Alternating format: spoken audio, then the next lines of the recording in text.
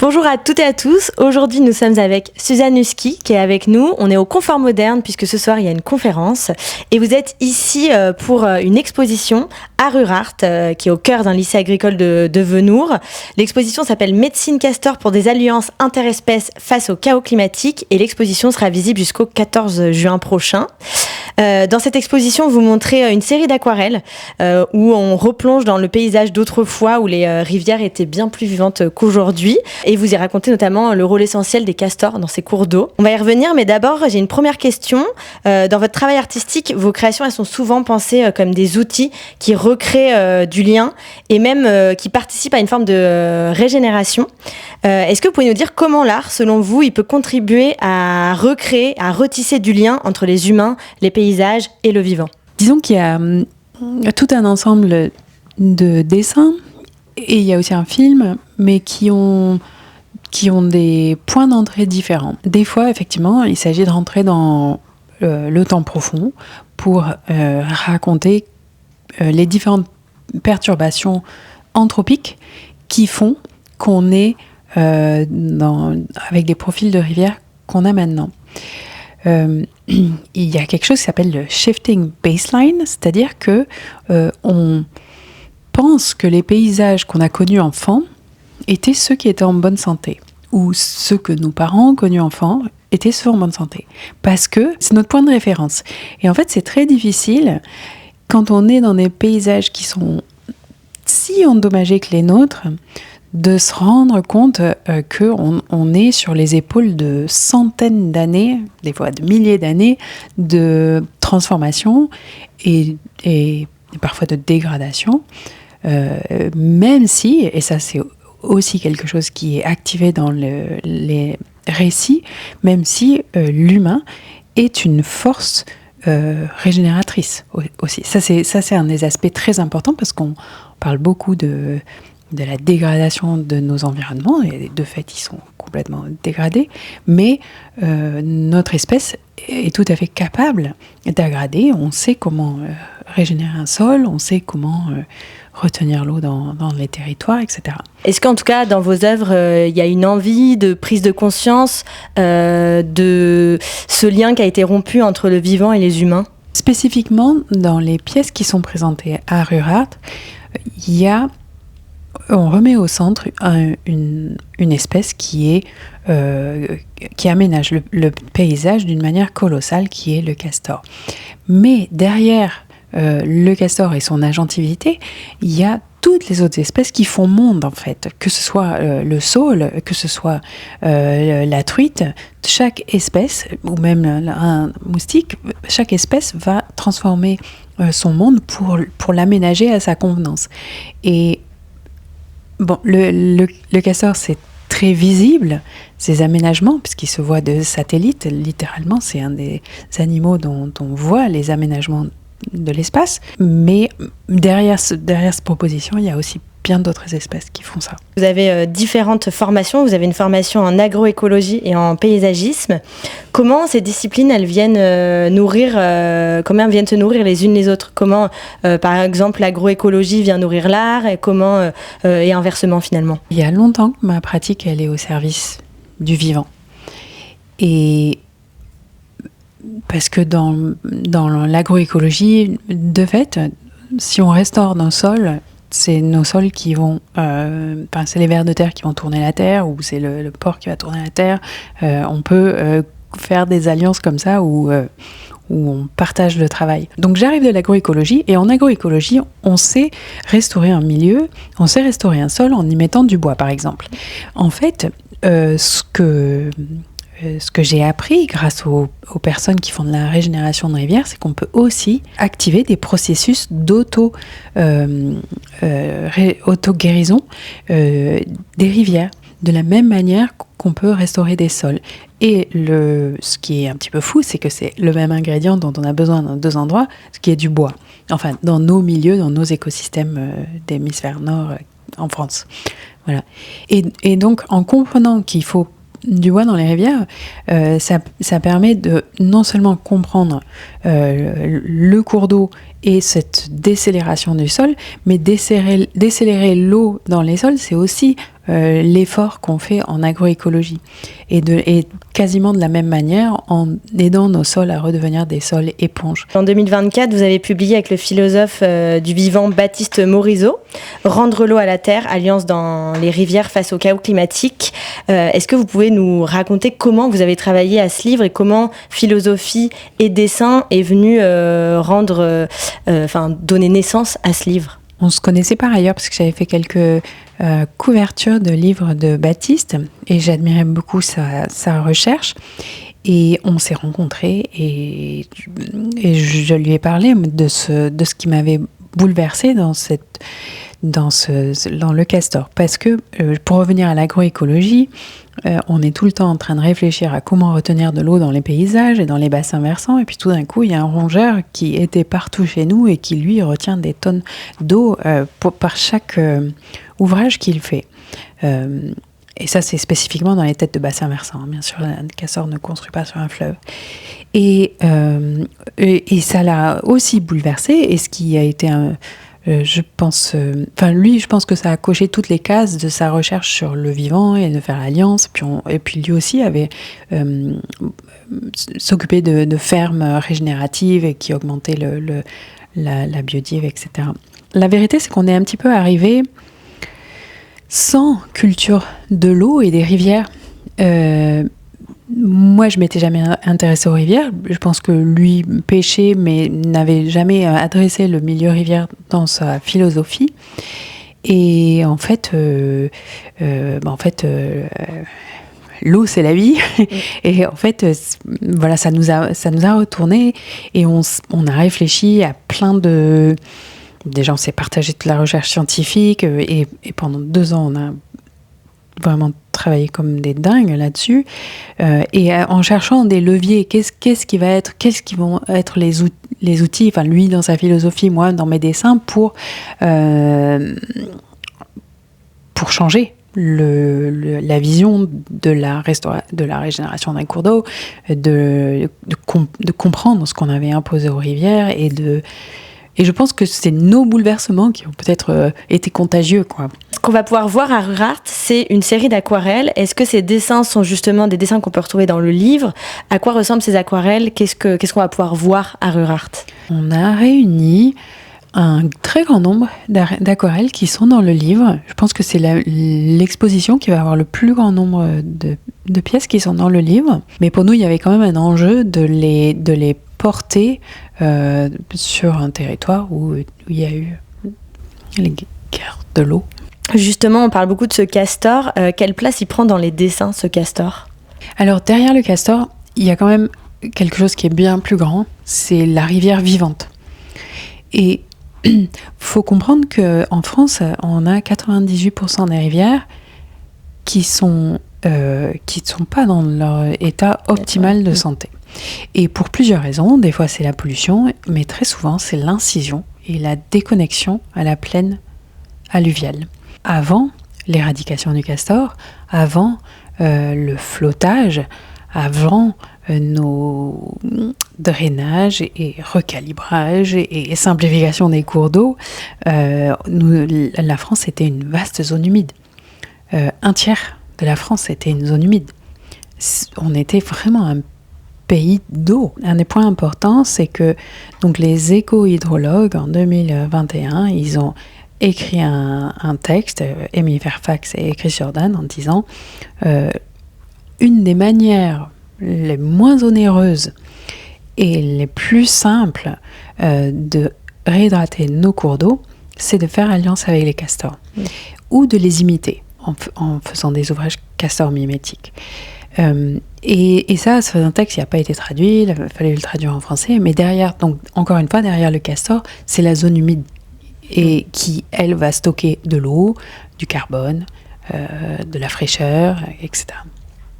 Et alors, en plus de cette exposition, il y a un projet quand même assez important sur la région Nouvelle-Aquitaine, c'est justement Médecine Castor. Qu'est-ce que c'est que ce projet exactement ? Quelle forme ça prend et qu'est-ce qu'on peut y retrouver ? Le FRAC Poitou-Charentes a porté une candidature avec Rurart, avec le Confort Moderne, avec Charenteau, avec la forêt d'art contemporain avec le parc des Landes de Gascogne. Donc c'est un projet qui est interdépartemental et avec une idée de porter une médiation artistique sur ce qu'est un cours d'eau en bonne santé. Donc on se sert des dessins, de films et de différents éléments pour aller dans un lycée agricole, dans un collège, dans un centre d'art, pour accompagner des dynamiques qui sont portées par les personnes qui font de la restauration, c'est-à-dire les GEMAPiens, les syndicats mixtes, qui eux savent que les rivières sont des corridors de la biodiversité aquatique. Mais souvent, quand on a mis les rivières de côté, on ne voit plus les rivières, on voit les champs, on voit les haies, on pense au corridor migratoire des oiseaux, au corridor des haies, mais la rivière comme corridor, quand on n'est pas du milieu rivière, on n'y pense pas forcément. Et donc, avec ce soutien de Carasso, on porte cet accompagnement pour faire de la médiation sur ce sujet, à l'appui de ces dessins qui sont des dessins outils. Et par ailleurs, on essaie de porter, avec des syndicats mixtes, quelques chantiers de régénération low-tech qui seront pilotes dans ces départements, avec des suivis scientifiques et avec des chantiers qui sont participatifs avec des habitants et des citoyens pour aussi faire une éducation populaire ou citoyenne, les pieds dans l'eau. Donc voilà, donc il y a plusieurs aspects de ce projet qui est déployé donc, du massif landais jusqu'ici. Génial. Et du coup, ce chantier participatif, quelle forme il prend ? C'est-à-dire que qui peut venir et concrètement, comment ça se passe ? Alors là, on n'est pas encore là parce que pour mettre du bois en rivière, il faut faire des dossiers auprès de la DDT ou la DDTM et donc c'est des dossiers qui sont lourds et donc qui sont portés par les techniciens rivières et les services de l'eau, les GEMAPiens. Et donc là, pour l'instant, on est encore en train d'identifier les sites parce que c'est quand même des gros dossiers. Et ensuite, il faut faire des suivis scientifiques pour voir l'état du cours d'eau avant une intervention et après, dans la perspective de prouver que cette intervention est bénéfique. C'est un nouvel outil dans la boîte à outils des techniciens rivières et il y a besoin de prouver qu'elle fonctionne en France. Et comment les dessins ils viennent être un outil pour ces chantiers, par exemple ? Très concrètement, parfois, ces services l'hydrologue, les DDT, tout ça, ne comprennent pas ce qu'on fait. Donc, ça peut être des dessins tout simplement pour expliquer qu'est-ce qui va se passer, en fait. On va mettre du bois dans l'eau, les sédiments vont se stocker, l'incision va régresser, on va revenir l'année suivante. Et en fait, il y a un enjeu à vraiment expliquer ce processus parce qu'il est lent et qu'il est biologique, en fait. Parce que en fait, après, les plantes vont venir et c'est leurs racines qui vont contribuer. C'est les feuilles mortes qui vont contribuer.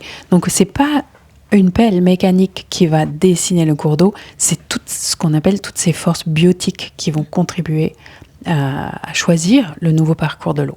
Donc, finalement, ces dessins, ils rendent visible ce qu'on aurait du mal à mettre en image, quoi. Ils aspirent à aider à visualiser ce qu'on est en train de faire. Donc l'installation de l'exposition est terminée puisque le vernissage est demain et donc elle se déroulera jusqu'en juin prochain. Qu'est-ce que ça fait de voir toutes ces œuvres mises comme ça sur ces murs de Rurart ? Venez voir. Très bien. Non, mais ça m'avait très plaisir de les revoir parce que je les ai faits et puis ils sont partis et je les ai pas revus. Donc certains, ça m'a fait plaisir de les revoir. Alors, il y a une pièce en particulier dans cette expo qui est un dessin de 7 mètres de long et qui est un dessin qu'on a pensé avec Baptiste qui représente l'histoire des alliances avec le peuple castor. Et il y a vraiment un enjeu à comprendre qu'on a vécu beaucoup plus longtemps en coexistence avec cette espèce que sans cette espèce en fait. Et dans ce dessin, donc il y a différents moments et contextes géographiques où même le castor prend un caractère sacré dans certaines cultures, notamment en Perse, notamment ici, notamment chez certains peuples premiers. Et on le comprend parce que dans une zone humide créée par des castors, il y a bien sûr du bois pour construire, du bois pour brûler, mais il y a aussi une abondance végétale de plantes comestibles, il y a des grenouilles, il y a des poissons, il y a toutes ces choses que on prédate. Et voilà. Et donc ce dessin, bien sûr, comme il est énorme, il prend une place centrale dans cette exposition. Je suis assez contente parce qu'on a rassemblé un grand nombre de dessins, donc ça va être... c'est un petit peu unique, quoi. Je ne sais pas si ça va se reproduire. Et si, par exemple, des citoyens, des citoyennes qui nous regardent ont envie de participer à ces chantiers de médecine castor, comment ça va se dérouler pour des personnes qui auraient envie d'y participer ? Notre association, Mouvement d'Alliance avec le peuple castor pour des rivières vivantes, mapca.eu, on va bientôt avoir un webinaire sur si vous êtes un collectif citoyen et que vous souhaitez monter un projet comme ça. Il y a un collectif qui s'appelle Restore qui a fait ce chemin qui n'est pas un chemin simple et ils vont faire bientôt un webinaire pour expliquer quelles ont été les marches à suivre parce que c'est lourd en fait. Si vous inscrivez à notre newsletter, ça devrait être je crois, en courant mai qu'on va avoir ce webinaire. En attendant, on a d'autres webinaires qui sont fascinants, qui sont qu'on met en ligne au fur et à mesure. Et sinon, si c'est pas pour un portage citoyen, vous pouvez contacter vos techniciens rivières et dire nous, on vous soutient. Si vous voulez faire des actions dans ce sens, on vous soutient. Parce qu'ils ont besoin d'être soutenus, en fait. Parce qu'on est dans un territoire où on ne partage pas le droit d'aménager le monde avec les autres espèces. Les rivières, on leur laisse aucun espace et puis on est choqué quand elles débordent, en fait. Non, elles ne débordent pas. Elles sont dans leur lit majeur qu'on leur a pris. Et le chantier a pour objectif de démarrer à quel moment ? Dans le contexte de l'aide qu'on a eue de la Fondation Carasso, il va y avoir plusieurs sites, mais encore une fois, ces dossiers sont tellement chronophages. A priori, le premier sera en novembre dans le Massif landais. Et voilà. Novembre 2026 alors. Ouais. Ok, super. Et là, une question un petit peu plus politique, puisque vous êtes franco-américaine. Quel regard vous portez aujourd'hui sur la situation politique aux États-Unis et comment, selon vous, l'art et l'agroécologie peuvent venir un petit peu contrer tout ça, quoi. Bon, contrer est un grand mot. Ouais, c'est une situation tellement triste à un moment où on devrait être en train réécrire un futur possible. Non, moi je suis très inspirée par les idées d'Olivier Hamann de créer la robustesse locale, c'est-à-dire ou alors les idées de Robin Wall Kimmerer aux États-Unis, qui est une botaniste un peuple premier assez incroyable, mais qui résonne pas mal avec ce que dit Olivier Hamann ici, dans le sens où elle dit la meilleure manière... Enfin, elle parle de stocker quand on fait une cueillette ou quand on tue un animal, le stocker plutôt que de le mettre dans le congélateur, de stocker dans le ventre du voisin pour créer une alliance, pour créer des échanges et pour partager et pour que le moment où le voisin a fait sa cueillette, il viendra partager avec vous. Pour moi, c'est la pensée très... qui est colossal dans le sens où c'est de l'agroécologie, c'est en créant des hubs de sols vivants et d'hospitalité active aux autres vivants que ça sera les points d'où les choses pourront repartir, mais aussi les points d'échange et de création de robustesse à échelle locale. Génial. Eh bien, merci beaucoup. Et puis on se dit à bientôt pour cette exposition jusqu'au 14 juin. À bientôt. Merci Agathe.